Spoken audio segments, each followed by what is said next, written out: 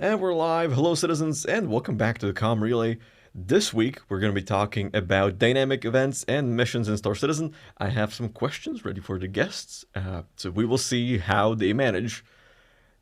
Also, Nylon, I did hydrate, but it was off camera, so I guess you're going to get a free one at some point during the stream. For those of you listening to this on Spotify, after I have redeemables on Twitch where someone can make me take a sip of my tea. Anyway, yes, thank you, Nylon. You should trust me.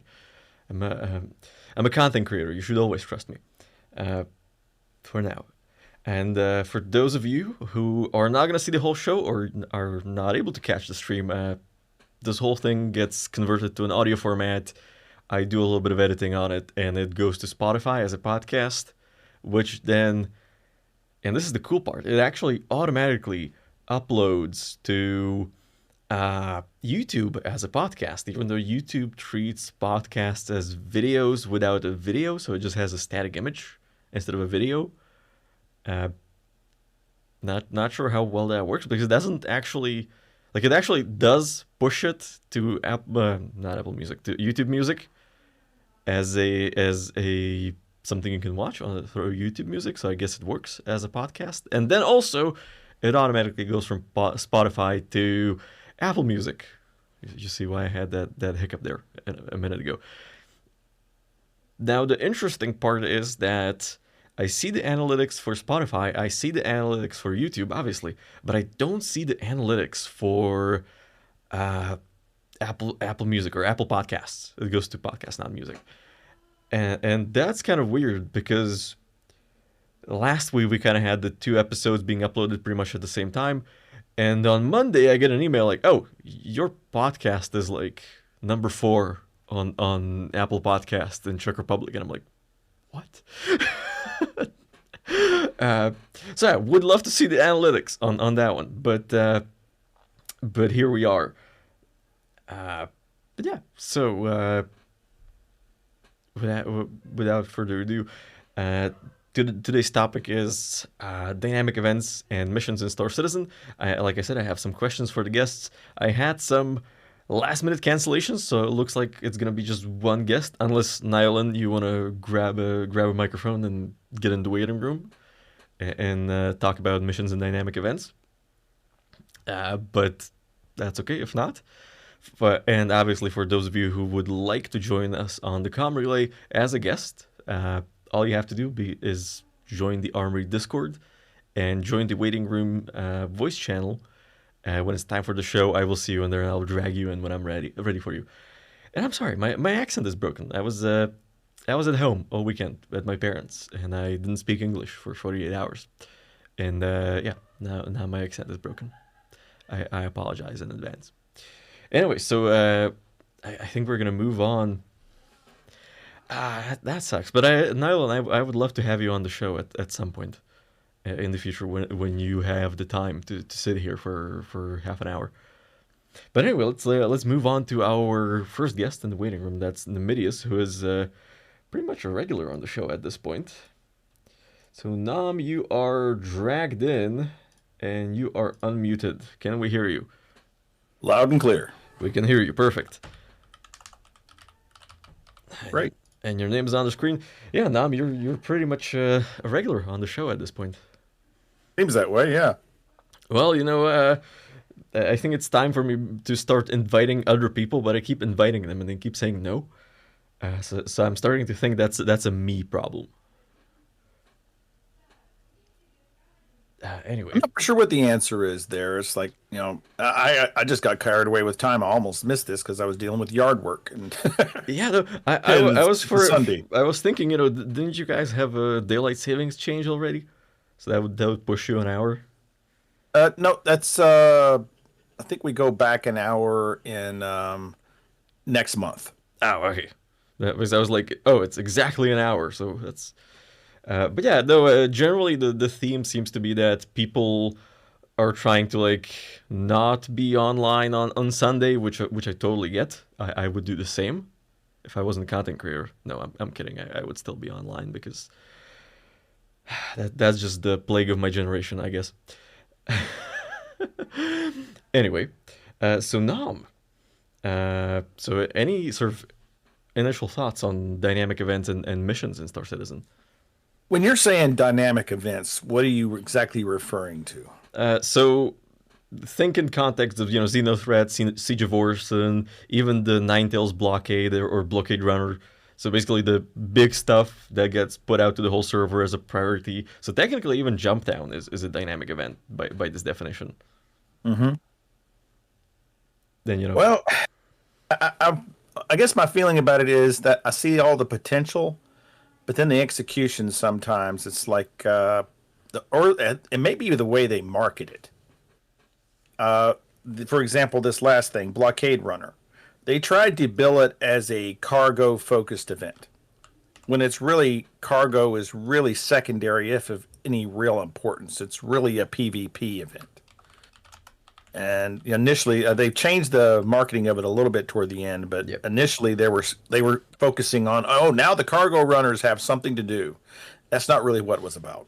I mean, the initial, I think it was ISC where they showed it up. And they're like, so we saw that we don't have a cargo event, so we made a cargo event. I was like, yes, finally a cargo event. Then we're like, so there's gonna be pirates shooting at you while you transport your cargo, and then there's gonna be other pirates shooting at you when you try to recover it, and then you're gonna have to shoot someone in the first place to get the cargo.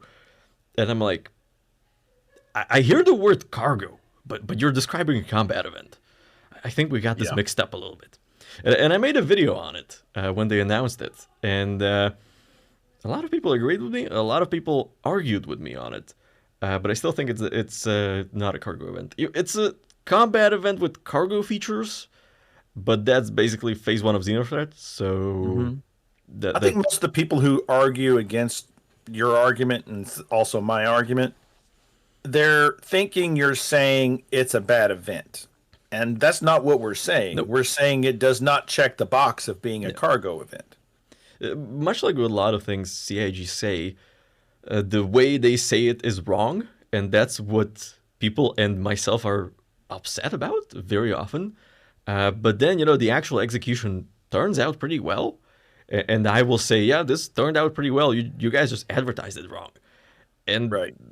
that seemed to be kind of the ongoing theme for the past 2 years. We kind of saw it with the Ursa Medevac, with that trailer, and I know it was supposed to be satire, but that they just like very laid it on like very thick. That like, oh yeah, you can just like, what was that movie? Edge of Tomorrow. Yeah. Well, that at least Infinite retries. yeah. I mean, that at least had Tom Cruise in it, so they get a pass on the concept. Yeah. But yeah, CIG really gotta.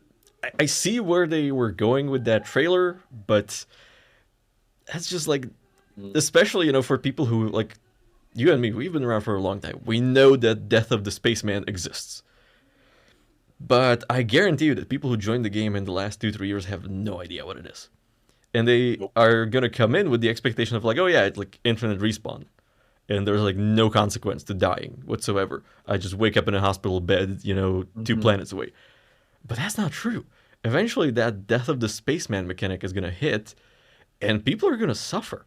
And I said the same thing. Yeah. Please go ahead. No, go ahead. And I said the same thing when they announced contested zones.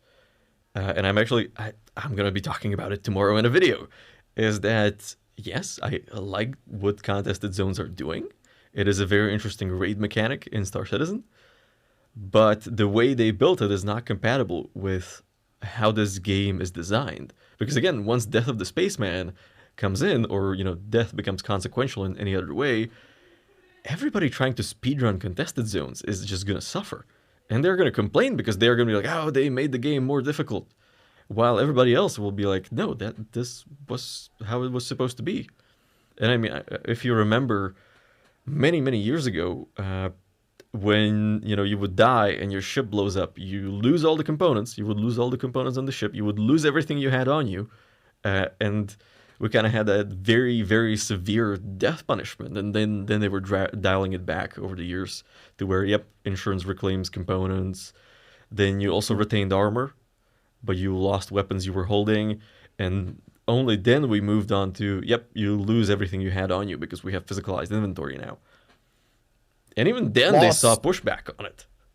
yeah, yeah, and loss gets a little bit into something. If the latest dynamic event had any greatest failing, in my opinion, it was the payout. It was Compared to the other blockade events like runner. Xenothreat, the blockade runner, yes. Compared to Xenothreat and even like Ninetales lockdown and all that, I Yeah. mean, there were people who spent more on fuel than they got paid for the mission. And apparently that's going to get And worse. and but that's not going to make for, granted you could say, oh, it's about the experience, it's not about Yeah. the payout, but that only goes so far. Yeah. There has to be a justification for people to do these missions in the form of what do they gain in the Yeah. end, not just the experience. And that's not there for Blockade Runner in its current form. Yeah, I believe that, for a lot of these events, it's actually not supposed to be the payout, but the reputation gain that you get from it. That's supposed to be kind of the main driver to participate, but reputation Hmm. is not here yet. So, Well, the most we had for that was, CDF reputation. yeah, What does that get you? A light armor I get you a outfit? light That's hour. about it. But that was great. I loved that. I was like, oh, finally a reason to like grind that It event. gave you even if it wasn't much, it gave you a goal, something that you Yeah, couldn't get otherwise. It was yeah. unique. I give it that. And you can't get that armor any other way still. You have to do Nope. the Xenothread events. Yeah, I still haven't gotten the arms and the legs. I never have gotten the CDF rep up high enough to get the arms and the legs since the first time they did it. I got lucky. I did it enough times the first time, and now I don't have to do it again. Because since then, Yeah. I haven't been able to get up there with the reputation either. Because I think they either increased the thresholds or they lowered the reputation payouts. Could not Hmm. tell you because I was not data mining reputations back then. Uh, I do have the files for those versions though. Hmm. Yeah, I have like Star Citizen game files going back to like 3.4. Well, that's awesome. Yeah, I just like never delete anything because I'm like, whoa, what if I'm gonna like need that value? So yeah, I have a lot of Star Citizen data for no reason at all. Like pretty much ever since I started doing like armory related stuff, I have the files from that time essentially. Hmm. But anyway, let's move on to the questions. So my first question actually takes us back a little bit to missions. So which mission or mission type in Star Citizen currently is your favorite? Well, my favorite right now is just what's caught my attention. It's the hauling missions. I mean, for them being pretty new, I think they've done a pretty good job of laying these out. Yep. They've had some practice a little bit that with the delivery missions. Yeah. So going back to the beginning of a lot of these missions, delivery missions were often my favorite because it's Oh yeah. something you can do by yourself, but at the same time, they're not worth doing with other people. I'm True. currently exploring how some of these hauling missions can make sense with other people. It only makes sense if you're with other people, but in a ship big enough to do multiple Yeah. missions. They are increasing the payouts because the payouts were very, very low. And they did a small bump in 24.1. And I think they also, because I haven't played much of Points 2, but I did some hauling missions in there. And it seems to me that they bumped the payouts again to where it might actually be worth it to bring a second person to help with the loading and unloading. Hmm. Uh, It could gain you some time and load time, yeah. and it does. One of the things I like about it is that it allows, as long as you understand the current bugs, you can do multiples at the same Yep. time. My go-to has been Absolutely. running an MSR, Yep.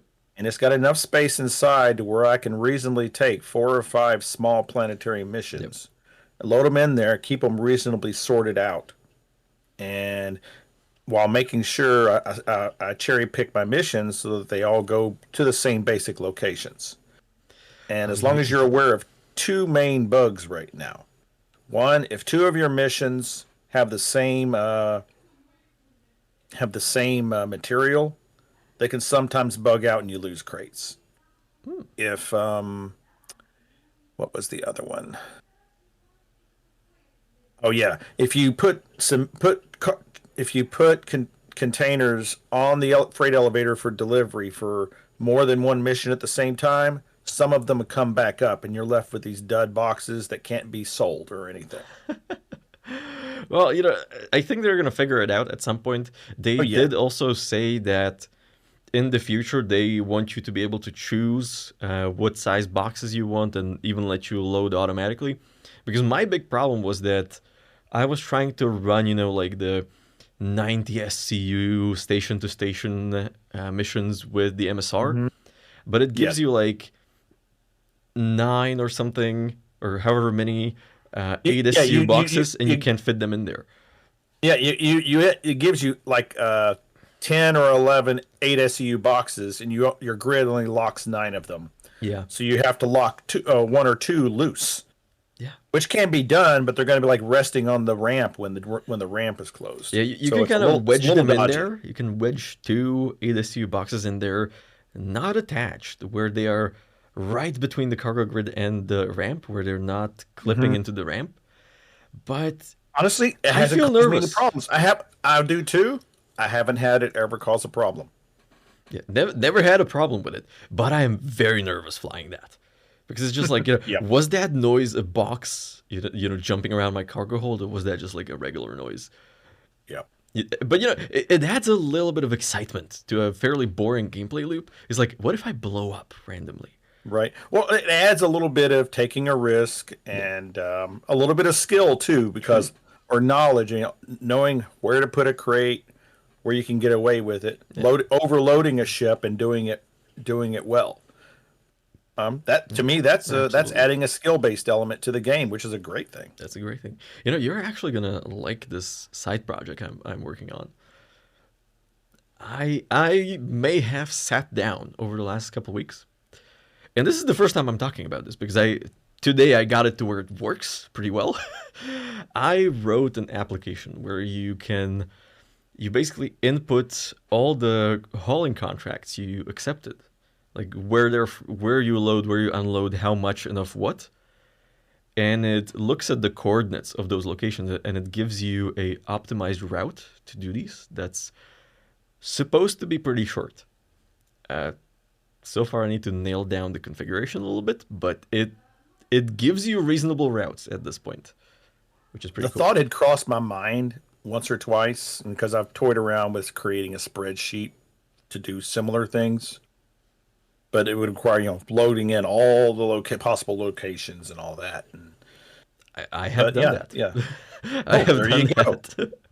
Yeah, Yeah, we that could be very useful for haulers. I mean, yes. I wish there was a ship somewhere in between, more halfway in between an MSR and a C2 in terms of cargo. Yeah. Well, it's not going to be the Zeus CL because that has Nope. a little more SCU capacity than the MSR. That's more comparable to like a Yeah, Freelancer Max, I think. yeah. Uh, there's going to be the Galaxy uh, with the cargo module. I think that's 280 or 300 SCU of cargo, something like that. That could do it. The That could do Galaxy it. with the module could do it. Yeah. But I'm not sure how difficult that's going to be to load. That we're gonna have to see, how big the ramp is because it's supposed to have a not ramp, an elevator, and how big of a box you can fit through the hangar to cargo area door, so you can maybe load from 2 directions there. We will see, but yeah, technically it's Hmm. in the middle. But yeah, so I wrote an app for this. I will send you a link after the show if I remember, because I have it up. It's deployed. I have a test version going, and I am just like sending it out to a few people because I am still missing some information on it. Like I'm missing the Hmm. coordinates for a bunch of locations, and I need a list of all the commodities you can possibly have in a cargo contract Hmm. because of reasons. But yeah, it works. Like if you have, I have mostly tested this with like flying around planetary locations around one planet, and it works really well.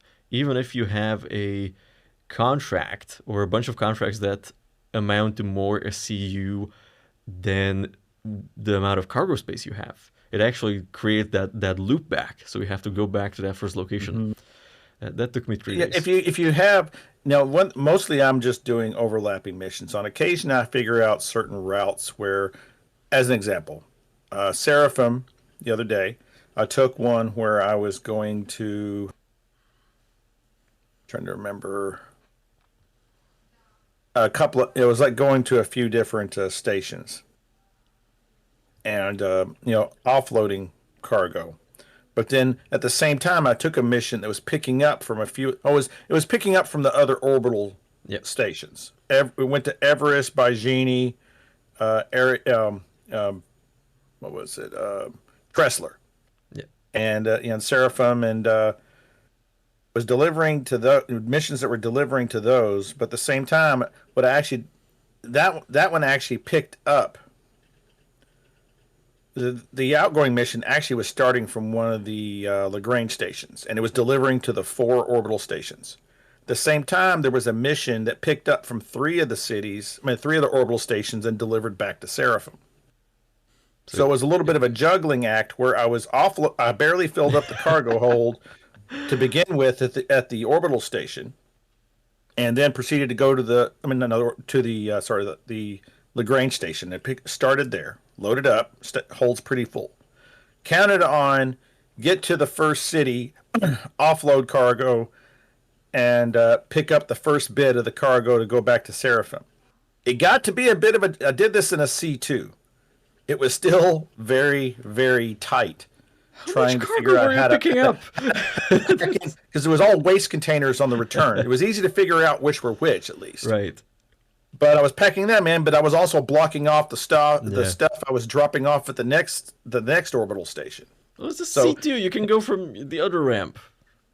yeah, no, I had it full at one point, and I still had a couple of loose boxes. I mean, this thing was packed. Nice. But I did like I want to say three or four small three or four medium missions or something along those lines. Oh, two, I apologize. Yeah, two of them, but dropping off, but at the same time picking up this other large experience mission going back to Seraphim, and it by itself would have more than half filled up the C2. So I couldn't load it up all at once.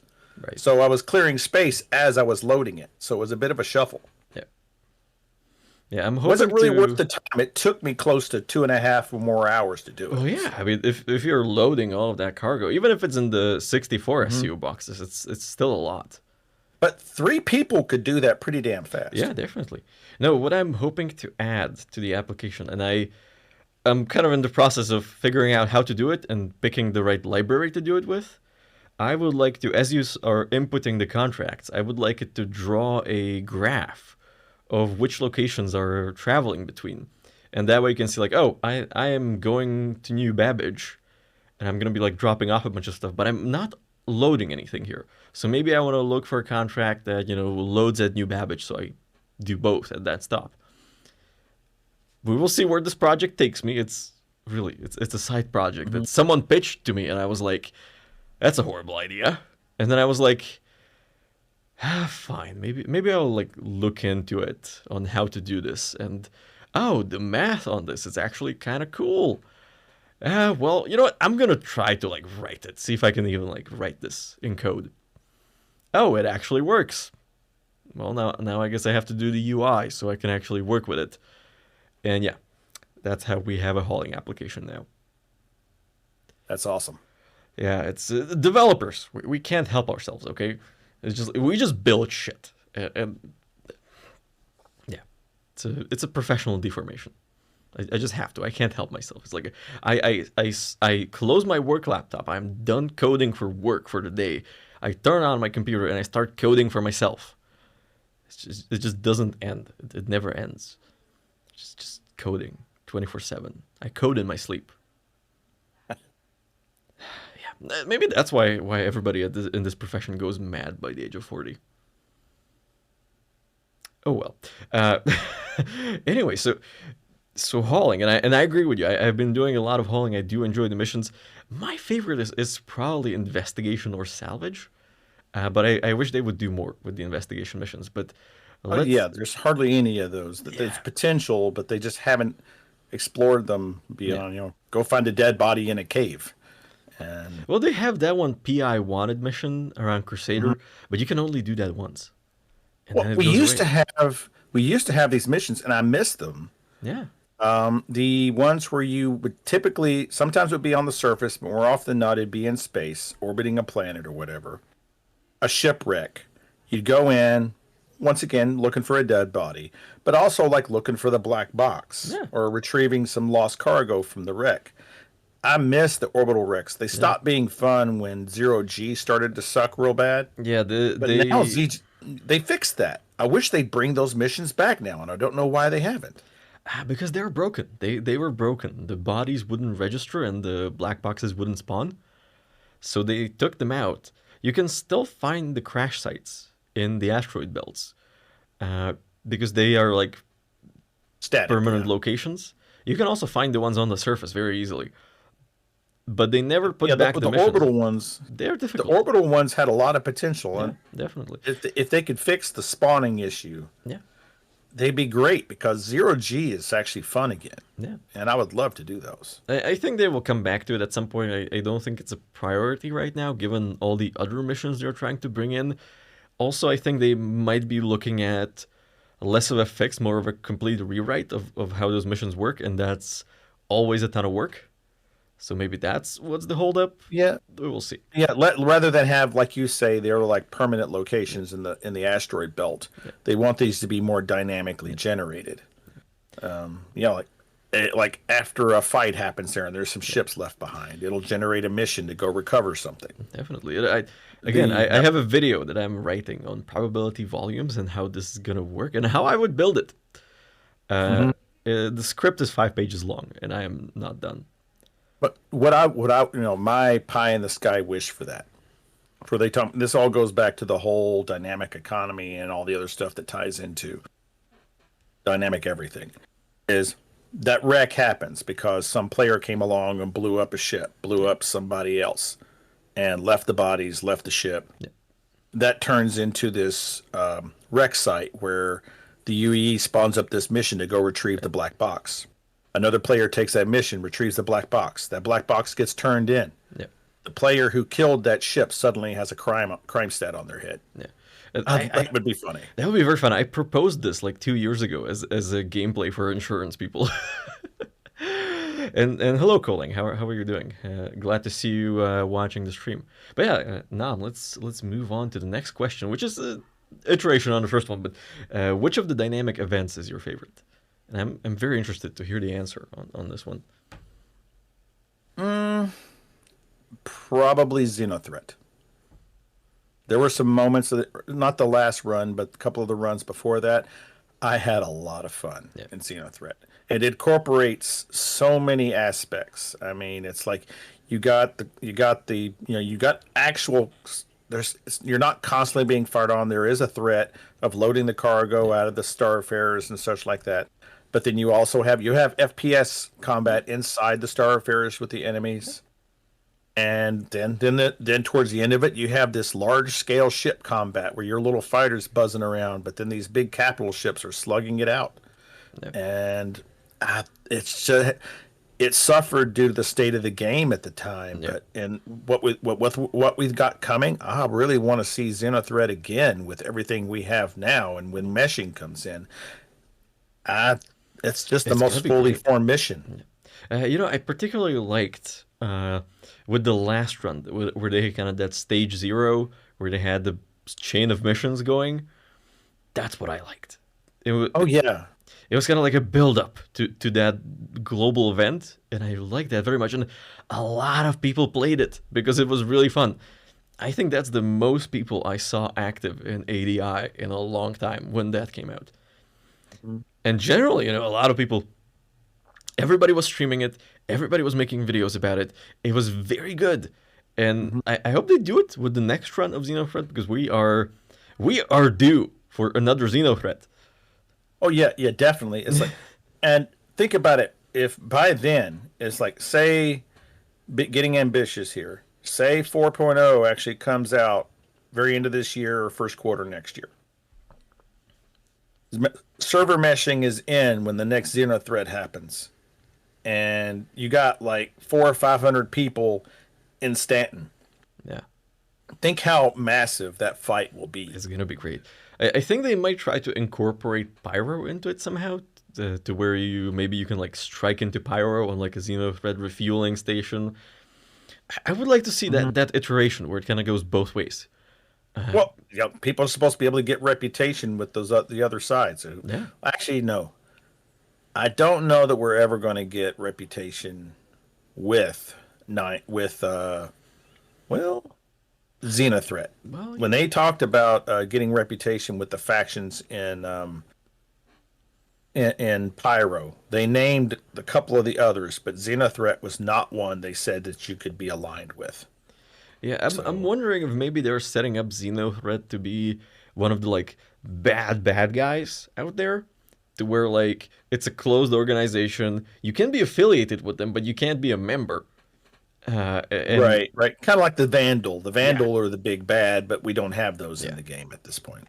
Yeah, I think they might be going for like, oh yeah, there's like evil without, that's the Vandal, but evil within, that's gonna be your Xenothreat, and try to create some interesting dynamics about it. I'm very much interested in seeing the faction system a little more developed, to where factions actually react to player actions, and where player actions can affect the area of control of a faction. So like if let's say Hmm. you're allied with like Rough and Ready in Pyro, Right, and you raid an outpost that belongs to one of the other gangs, like Ninetales or someone, right, and you do that enough times, Ninetales are gonna bug out and Rough and Ready are gonna take over. And that the visual of the location is gonna change, and maybe they will stop shooting at you when you land. So that's what I would like to yep. see. But I think we're very far off from that, because that is like an extra layer of simulation over the existing simulation, and I have no idea if the quantum system is going to support that with the quanta and everything. I'm hoping they will say something about it at CitizenCon. I'm hoping for an economy panel at CitizenCon. Is Tony Z alive? Has anybody seen Tony Z? I think they're afraid to give Tony Z an open mic and unlimited time because he may take over the whole show. Yes, do that, please. We need to see Tony Z, and even if they don't give him a panel at CitizenCon, I think how they did that like 45-minute long video on Quantum 2 years ago or 3 years ago. That would work for me too. Like I had like 4 videos to make out of that one movie with him. Uh, and I'm not saying it just because I'm a content creator and I want to make content, but it was seriously good information on the game, and they actually showed off some very well developed systems, in my opinion. From the point of view of a developer, they showed a full simulation of Quantum in a very limited space. It was only Crusader, I believe, but it worked Uh-huh. with several hundred quanta. So I would like to know how it scales. Does it work with server meshing? Can they, do server meshed quantum simulation somehow? Because on one hand, very interesting, very cool. On the other hand, they have to make this extremely performant. So there's a lot of optimizing that they have to do. And I would know because I'm doing a lot of optimizing for the hauling optimizer. Because there's a lot of math in this. Like Oh yeah, there's yeah. shockingly a lot of math, and I don't like it. I'm protesting against this. There should not be this much math in what I'm trying to do. But anyway, so Xenothreat, I am very much undecided if it's Xenothreat plus kind of the preparatory missions or Siege of Orison. Because I really liked the first iteration of Siege of Orison, but then it kind of went downhill with FPS performance and kind of the general AI behaviors, and then people Well, found too out how many to too many exploit. choke points. Too Yeah, many choke points that griefers are able to take yeah. advantage of and shut the whole thing down. Partially, that's why I think they haven't run Siege of Orison that much. Uh, I'm hoping they will bring back some different approach, because I like the concept of the mission. Don't necessarily agree that it's lore accurate, like that this should be possible. Hmm. But yeah, I guess I'm just like missing that build up part to it. But I like the idea. I just wish they would flesh it out a little bit. The big things they seem to have a big problem with is figuring out the payout. Because either you have like underwhelming payout and making it not even worth doing, you end Yeah. up losing money in the long run with the latest blockade runner, or others like Jumptown. What happens with Jumptown? oh, jump down's happening. Instead of going to jump town, I'm going to go find some derelict C2s, load up on maize, and go sell it. Yeah. Take the mission and go sell it for bank, but it's got nothing to do with the mission Yeah. itself. So people are exploiting that angle of it. They could have made it so that it had to be. They would have short circuited that whole problem if they had just made it to where you had to sell the maize and whatever that came from the jump town facility. They could easily code that. Yeah. Or the what was it in Xenothreat? People figured out they could just hang out, not get in combat at all, and they're still getting a fair trickle of payment just for being in the area. Yeah. Yeah, there's a lot of issues with payouts. They did have that section of ISC, I think, on it, where they were talking about the effort versus cost or effort versus payout, EVR, effort versus reward algorithm. And I was listening to that. I'm like, how is this an algorithm? This is a spreadsheet. Like, all you need is a spreadsheet for this. Yeah. And I feel like they're making it more complicated than it has to be. Well, yes and no. They're wanting it to scale Yeah. with other things, I guess, and the best way to do that is for anything to happen systemically, right? And for that, you need algorithms rather Yeah, than just keying in bespoke values. I think eventually they will arrive because they're working on splitting the mission manager off into a separate service. And I think eventually they will arrive at a point where they will have a module in the mission manager that will generate payouts for mission based on what kind of a mission it is, what kind of enemies is going to spawn. Because when they have that mission in the contract manager, the game doesn't know what enemies you're going to see. It knows, it's this random encounter preset, but it doesn't know what you're going to encounter actually. So I think that module is going to be the evolution of EVR, most likely, and that will dynamically create payout based on the mission, the location, maybe even the reputation of the player accepting the mission. And we will see a bigger range of payouts and maybe not sort of nice and round numbers, so to speak. Like, oh, maybe it's going to pay, like, I don't know, 10,200 credits for something. Yeah. These missions definitely do not scale based on distance or difficulty. Yeah. But to be fair, the mission system rework is on the roadmap for 4.0. Yeah. And I'm very much looking forward to it because it's a major thing they need to refactor. I think the big part of it is splitting it off into a separate service for performance reasons. And also the problem with Star Citizen that started a few years ago was that everything was sort of inside the game server. The mission system, the ATC, everything was in there. And that was causing performance issues, and it was causing problems with network communication when they started doing... and Pacey XK, thank you for the follow. But they were seeing issues with sort of all of this stuff, especially when they started working on server meshing. Because they were like, oh, yeah, we now have 2 servers running 2 shards with 2 mission managers. There makes no sense. So they started splitting off services, and they started with trading with the inventories. Then they did ATC. Then they did, what was it, the network layer with entity streaming, and they kind of went this way with it. Right, but this is something. It's not really optional. They have to have this out for 4.0 because, like you say, if you go through a server recovery right now, any missions drop because, like you say, the mission manager is on the server you were on. You go onto a new server, all that data is lost. Yep. They have to make it so that it's independent of that server and it's able to hand over when it needs to. Yeah. Which, when you think about it, I mean, for meshing, that's essential. You can't have crossing a boundary between 2 servers and suddenly you've lost your mission. And this will allow them to do other things, especially if they decide to do long-term persistence for missions. It will allow them to do community goals, similar to Elite Dangerous, where, oh, yeah, we need 5 billion units of this thing at this location. And then every player in the game contributes to that persistent goal.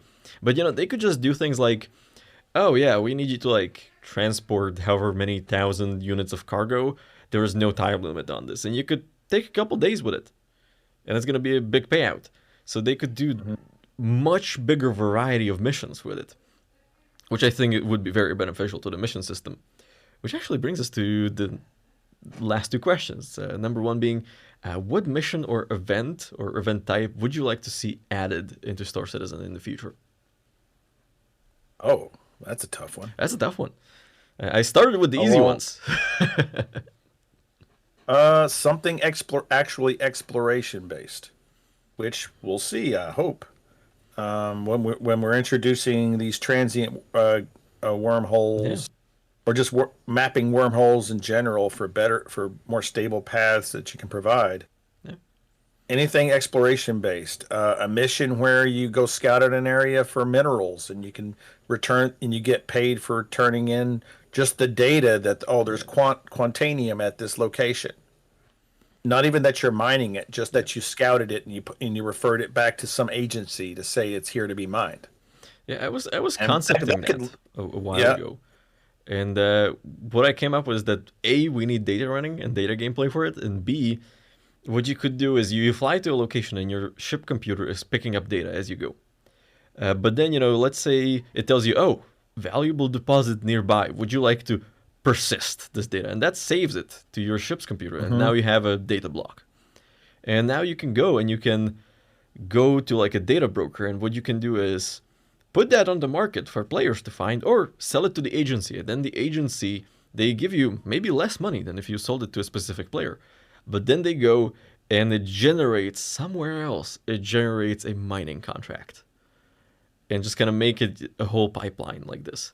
But yeah. that would require a lot of things. But just having that exploration bit to where like, oh, yeah, I scanned 5 Quantanium rocks and I have like the scanner records for it. Go to a station, sell it, get some 1,000 credits. Very basic, very easy tier 1 data running and sort of exploration gameplay. I think a lot of people would like it. I think a lot of people would do it because it's not limited to the ship you want or ship you have because you can scan with everything. So, hmm And how many times have you been out somewhere and you saw a valuable deposit of quantanium or whatever, and you weren't able to exploit it because you're exactly. like in a Pisces? Yeah.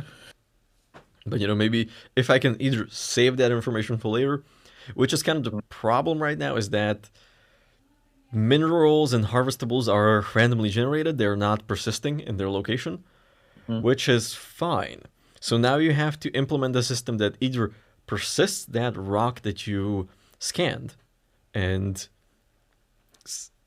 that's Right. kind of exploitable because you can kind of crash that service by just scanning every rock, which either you Mhm. have to circumvent that, like, oh, you can only scan X rocks before your memory Or runs out, they'd have to, or probably a better plan would have a time limit on it. or that. That persistence would only hold for Yeah. X amount of time. Could work, where, oh, yeah, that data is not valuable anymore. Or what they could do is it saves a record saying, oh, yeah, there was a resource field with these minerals at these densities. And then it just generates a new one with the same parameters. And you will arrive, within a tolerable margin of error to what that first person saw.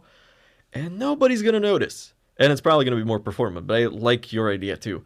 I sort of proposed a similar thing with trade data, is where if you go to a location, you do your trading, and it gives you an option in the console like, would you like to download trade information from this console? And you download it, and now you have the data block on your ship. And you can now go somewhere else and sell it. And the final price depends on like how far that location is, how long ago was this updated. Or you can give it to another player to do trading with. And I think that would be interesting. Uh, There's a lot of ways they could go with that. And absolutely. like you were talking about with the new mission system being independent of a specific server being on the back end, that kind of thing can, if it's a cohesive, it's one service running in the background. Yeah, Those it can chain those missions together yeah, like that. absolutely. Yeah, that's the thing with taking services out into separate code blocks. Especially, it kind of works for other microservice structures in general, but in terms of Star Citizen, it gives you a lot more power to where I think what they're trying to build is where the game itself is just an interface for the users to use the different services that are around the game shard. So I think their goal moving forward is going to be pushing everything that does not have to happen on the game server into a separate service and pushing that through that network layer with sort of that communication stuff that they have had going on last year. I think it's going to be more performant, especially now that they're testing RMQ for messaging, because that's a well-known technology in sort of high data volume service architectures. Not specifically what they're using. I think they're using something proprietary, but there are messaging services out there for sending events between services. Okay. And It's getting beyond me. I'm not really a coder, so yeah, it's kind of a confusing one because one of the most popular ones is called RabbitMQ, so RMQ. And when they first put out that RMQ name, I was like, they're using Rabbit for this? Does that even work? Can that even work? And then I spent 3 hours reading the documentation because there is no way that's going to work. It's a different method of queuing, right? No, it's what they're event. trying to achieve. It's just not what I would use Rabbit for. But you know, maybe someone who's watching or listening can tell me I'm wrong because I have not worked with it that much. But I think CH are building something proprietary because that's what they always do. And I think that's better for them because then they own that code base and they have kind of that chain of custody and they have documentation for it, which I think is always good. And you know what's weird? Twitch is telling me I have 2 subscribers, but it didn't give me a subscriber alert. That's weird. So whoever you are that you subscribe, thank you for the subscribe. I'm not going to tell you your name because Twitch won't tell me. Let me refresh that. But yeah, so that's a fair point with adding data missions or exploration missions. I would like to see that very much, especially that data running gameplay or intercepting data generally. But I think they will do that when they do hacking and kind of fold it into that. Hard to say. I don't think it's even on the roadmap right now. There's one. Yeah, it's a mystery.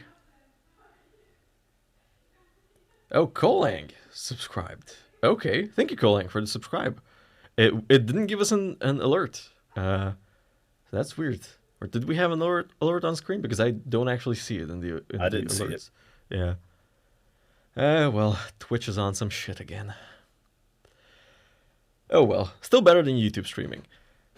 Don't demonetize me, YouTube. I love YouTube. It's just streaming on YouTube was good from like a technology perspective, but it was not good from a discoverability perspective. That's why I do the podcast there, like as a podcast. Well, yeah. Well, I'm sorry about that. We are having technical difficulties. They're calling, I think, but I appreciate the subscribe very much. Thank you. And that brings us to the final question, which is even more difficult, but we kind of touched on this in the previous questions. So, what do you think is the biggest issue of the mission system right now?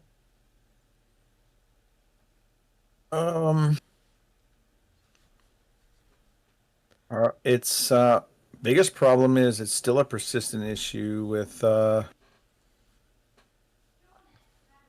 is the spawn. Oh, it goes back to what we talked about for other missions: spawning of the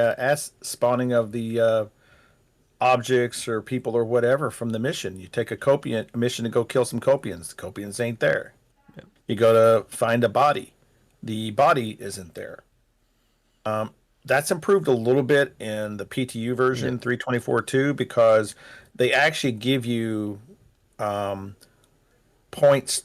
There might be even 0.1, but where they give you like a couple of points of investigation. So go here, the body might be there. Go there, the body might be there.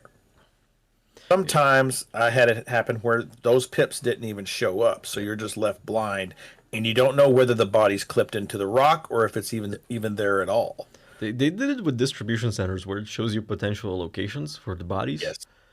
They did it in point 2 with caves as well, which was a great help because I loved the search and rescue cave missions, even though the payout is terrible and, well, cave navigation sucks.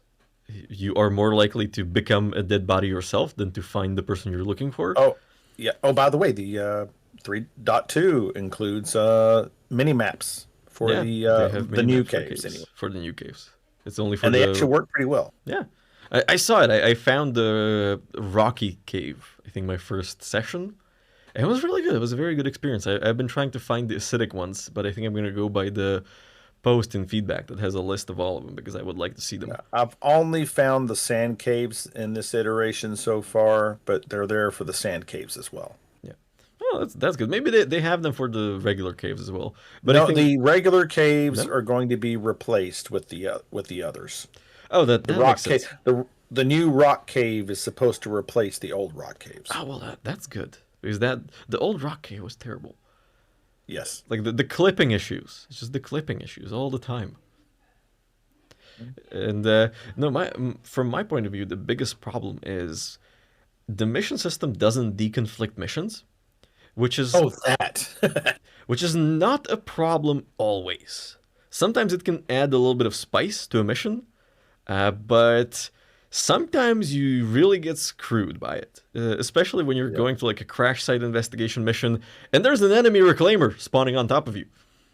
And you're like, it's just, I mean, the reclaimer crashes immediately because it can't fly in Atmo. And the AI doesn't know it needs to turn on VTOL. So it kind of like flops over and Oh, it's yeah. there. But it's still shooting at you. The turret's still going to shoot at you, even though it's belly up. and, Yeah, I had that happen once. I got surprised with that before I realized what was going on. I went down to a caterpillar wreck, and I'm booping around looking for the body.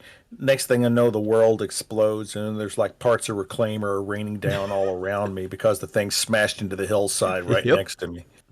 Yep. So that, so for these missions, I think it's a big problem where it doesn't deconflict a combat and a non-combat mission, especially when a bounty spawns over your head as you're doing a delivery. Uh, and they already fixed it, but I talked about this before, but they already fixed this bug, I think. There was a bug where if you had an NPC spawn over a outpost, whenever that NPC would fly into an armistice zone, you could not kill them. Even if you were outside of armistice and you were shooting at them. And you could only actually hit them if they flew out, but then they could shoot back at you. So you were essentially deadlocked because you could not run away if you were in a cargo ship, especially if it was like a Buccaneer or something, even with master modes. So this kind of stuff, that's what bothers me. It used to not happen, and I don't know what changed. Then it happened. Like, it would be very rare that you would have a bounty spawn over your head. Then, because they had bounties mostly spawn in the middle of nowhere, now they have them spawn at points of interest to make the travel easier, I suppose. Mm-hmm. But that kind of creates this conflict that I know CAG like their emergent combat, but this is not the way to go because you're literally just screwing over newbie players who are like, oh yeah, I'm going to try a delivery mission because that looks easy. I'm not going to get shot at. And they get shot at immediately. So Yeah, they have an ERT spawn right overhead while they're there to deliver a mission for 4K or something. and in theory, as long as they stay inside the armistice zone, if that outpost has an armistice zone, nothing's going to happen to them. The AI can't harm them, the players can't harm them, but you're stuck. And you might be there for an hour until someone gets there and takes care of that ERT. And sometimes the ERTs just spawn without anybody taking a mission. I happened to me once. I just sat there and I waited because I'm like, oh yeah, it's just like, I think I was there with a 400i, so there was no way in hell I was gonna run away. And I'm like, well, it's just like 2 light fighters and a medium. That's like an MRT. Someone's gonna come around and deal with this. And I sat there for an hour, and nobody came, and I felt very stupid. So I took out a Centurion. And I'm like, fine, I will deal with this myself then. And then I ran into the whole, oh, well, but they're flying through, like, in and out of Armistice, and you can't shoot them if they're flying in and out of Armistice. And yeah, I just kind of sat there and shot at things for another hour because might as well. I pulled out the Centurions, like, might as well try. But, that doesn't help much, does it? Yep. Yeah, so that's kind of the big issue I see. And I don't think it's easy to fix, especially if they're working on a new mission system. Maybe they'll fix it in the new mission system. That we will see. Well, some of the things they can fix, but other things depend on other systems, like Yeah, just spawning the NPCs or assets that are yeah, supposed to be there yep, is absolutely. already a problem. That's still an issue.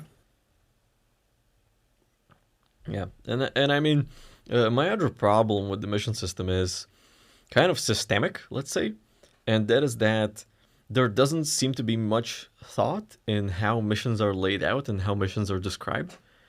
Because you will have, and they somewhat fixed this because you had like distribution center missing persons missions, and you had one for 6,000, for 12,000, and for 30,000. And for the 12 and 30,000 one, you would get shot at, but it never told you in there that you were gonna get shot at. Not clearly. The 30 somethings, they would say something along the lines that there have been problems, but Yeah, yeah, they don't explicitly say there's going to be dangers. yeah. Yeah. And the thing is, you're gonna get shot before you land, and you're gonna be like, "What the hell happened?"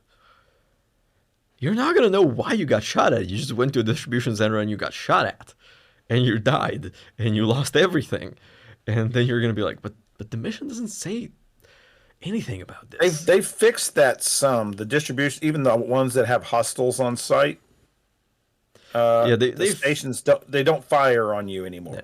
they fixed some of that.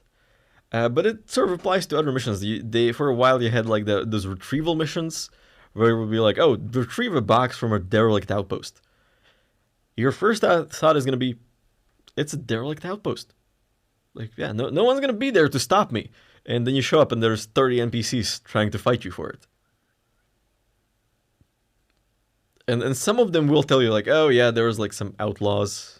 They're not your priority. Just take the box and go away. But they're still gonna shoot at you, even though they're not your priority. They're still gonna shoot at you. So I just wish Mhm. we had kind of like clearer descriptions on some missions, and maybe had like a danger rating for different things. And Wait till the. Hmm?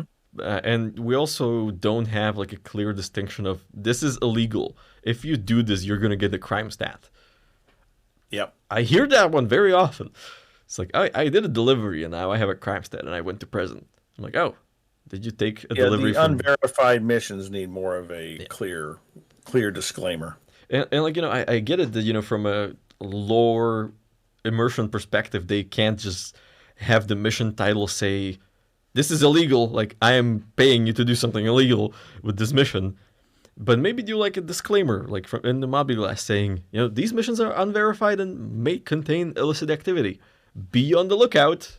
Just have like that Facebook Marketplace scam alert, essentially. Pretty much, yep. And I think that would help because I have heard it so many times. Like, oh yeah, I'm in prison because I did a delivery mission. I'm like, how? Oh yeah, I was on the unverified tab, and I thought it was like just like player to player, and not like official company mission. I'm like, oh yeah, that's illegal. You screwed up, son. Uh, Yep. yeah. Anyway, Nam, that was all my questions. So, any closing thoughts on dynamic events and missions in Star Citizen? Only that I hope they don't take all the complaining to be, because I get tired of people saying, "Oh, an event's coming out, the game's ruined, server performance is going to crash." It's like the solution isn't to not have events. Yeah. I hope they don't get discouraged and not try to have them, Yeah. because they have a lot of potential. Yep. They just Yeah. I mean, there is a performance impact, but that's due to how the game is structured right now. After Mhm. 4.0, once we have server meshing and we can have more performance focus, I think that they can what the more hell was that? dynamically spread the load out Yeah. between servers. Yeah. So, sorry, something fell in the apartment. I was like, what? Yeah, it's just weird noises in the night. Uh, anyway, but yeah, so once that performance is a little bit more structured, a little bit more focus on it, and load is spread out, I think they'll be able to run dynamic events. No, the cat is here. It might join us on screen soon. But yeah, so I think it's gonna eventually fix itself. But I wish CIG would maybe give us a little bit of breathing room between the events, because I could not play for most of 324 because my account broke after the, what was it? Xeno threat was in 324. There was a dynamic event, and after it, I could not log in anymore because it broke everything. And a lot of people had a similar or the same problem. So, give us a little bit of breathing room between events. Maybe, purge the database a little bit. Do a minor release. Well, I've thought about that a lot, and I've had an idea I've suggested to them a couple times. Is they do these events, and then they have a concurrent with a free fly, and that adds its own load to it too. And it's like their free fly is saying, "Bring your friends, show them the game." Yeah. An event is the worst time to bring a newbie into this game. Yeah. What they need to do is give us even where we get like so many buyback tokens per quarter or whatever, every 3-6 months or whatever. Yep. If we as backers had a code we could give somebody, and they could and then we get a new one like once a month or once a quarter, and they can play for a couple of hours for free. And that way we could pick the time that our friends and I get together, and I can show them the game and see if they're interested. Yeah, we could do that at a better time when the servers aren't overloaded. Yeah. I mean, my two suggestions on that were, after Free Fly, there was a lot of junk because you have, a portion of Free Fly players who already had an account and just come back for the Free Fly. And you have a bunch of new players coming in, and that really gunks up the persistent database. So just do a minor release, push everything back to long-term storage and let the caching do its job. Sure, it's gonna screw people over a little bit if they're already backers and they're gonna come back after the free fly, but it's just a minor patch where they have to do a persistent reset. And I think that would help performance. And second, agree with the thing with the codes. I think, if someone uses your referral code, give them 5 days for free. Make an account with the referral code. You got 5 days of Star Citizen for free. There is some exploitability to this, of course. So maybe you're correct, and maybe we should, be temporary codes where you can generate one code per person. But that kind of circumvents the referral system. But yeah, it's a good idea. It just probably needs some fleshing out from a lawyering perspective. But no, I like it. It's a good idea, and that way you can someone is interested and you can bring them in, and I see this a lot because I started a TikTok account for myself to post video trailers and clips from the show and cinematic stuff, and I have people in the comments be like, "Oh, what is this game? Can I try this game?" And I'm like, "Yeah, there's gonna be free fly at some point, but if I could give these people here's a code, you're gonna be able to access the game for 24 hours with this." That would be pretty cool, I think. Maybe that's something CIG needs to look into, because I think that's how you could drive conversion from someone who's interested to being a backer, because they get to try it on their own time. They're not bound by a free fly, and they're not going to have to deal with the sort of the crowd of people in a free fly. And we as the players who know the current state of the game would be like, "Oh, now's a good time. I can go bring Bob in and show him the game." It has happened to me a bunch of times where I bring people in for a free fly and the state of the game is just not there, and these people rarely go again and give it another shot, and that's kind of sad. It leaves a bad first impression. Yeah, and I think that's Star Citizen has a very good visuals, very very good impression on the player, but once you start getting into the gameplay loops, a lot of these things are very tedious. The inventory is very tedious.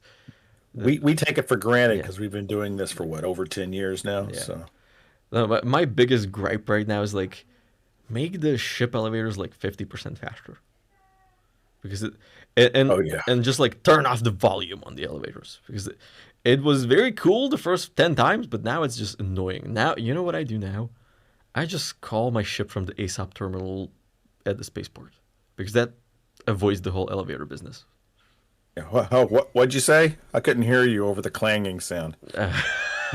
So to avoid the ship elevator in your hangar, just call the ship from the ASOP terminal up top in the lobby, and that just spawns the ship the regular way.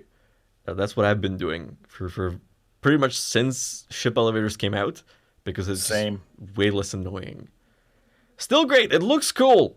it's just I just don't want to wait 5 minutes for my ship every time. Like I already waited 5 minutes to claim it. I don't want to wait 5 minutes for an elevator. It's simple as that. It's like not I'm not saying I don't like it. I'm just saying I want it to be faster. It's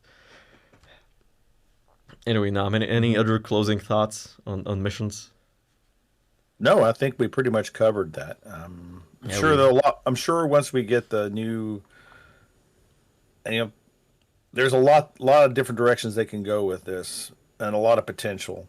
And when we see the rework of the mission system in the 4.0 PTU, we'll have a lot more to talk about, I'm sure. yeah, definitely. Well, in that case, I think we have beaten the horse to death, and I think that's gonna be it for the show today. I had other people cancel on me last minute, so it was just you and me today again. One of these days, I'll be on a show with somebody else as well. Seems like I've only been on when I'm the only guy. So Yeah, no, I try to like alternate the people I invite, so I don't have the same person every week.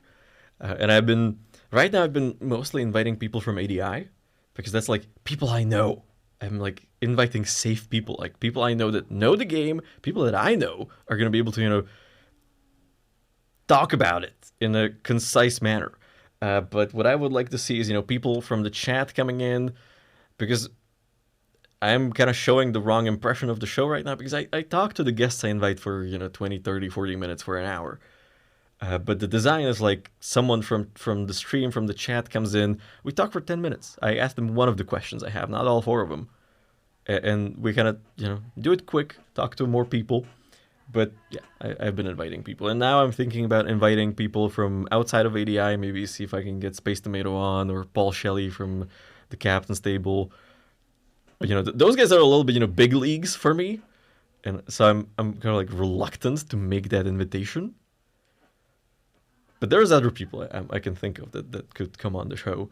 So maybe next week, because next week we're going to be talking about CitizenCon, obviously. yeah, it's going to be. And of course, I'll be seeing you at CitizenCon as well. That should be interesting. Are you thinking about doing your show from CitCon Sunday? I'm going to be at the Athmo event, actually. Oh, really? Yes, I originally didn't have a ticket. Because I was like, yeah, I'm not that big into like racing and competitive stuff. But they still had tickets. Like they still have tickets for it. So I was like, well, I guess everybody who like really wanted to be there has a ticket. So if I buy a ticket now, I'm not gonna be like taking someone's ticket. So I did it, and I'm gonna go there, and I'm gonna watch the show. But my goal for SitCon and for Atmosphere is, I want to meet people, want to talk to people. There's a lot of people who use the armory there. There's a lot of people who know me, and I have so much stuff to give out to people. I'm gonna have patches. Hopefully they arrive because the company that's been making them is very late on delivery right now. They're like 3 weeks late on delivering those. So, and I have 100 stickers, holo stickers, and I have 300 business cards, and they have sort of the armory and my channel QR codes on one end, and it has a ship painting by Lens Nation on the other end. So we're kind of doing like a combined promotion with him. So I have a lot of stuff to give out to people, a lot of people to talk to, a lot of people to meet. So if any of you watching or listening are going to CitizenCon, come get your sticker, come get your patch, come get your business card. Talk to me, take a picture with me. I'm not saying I look good in pictures, but like, take a picture with me, post it on the internet, have a good time. Is that a spam thing there in your chat? Yep. I'm trying to moderate it, but I was talking and oh, it's already there. We go. Hey, there we go. Done.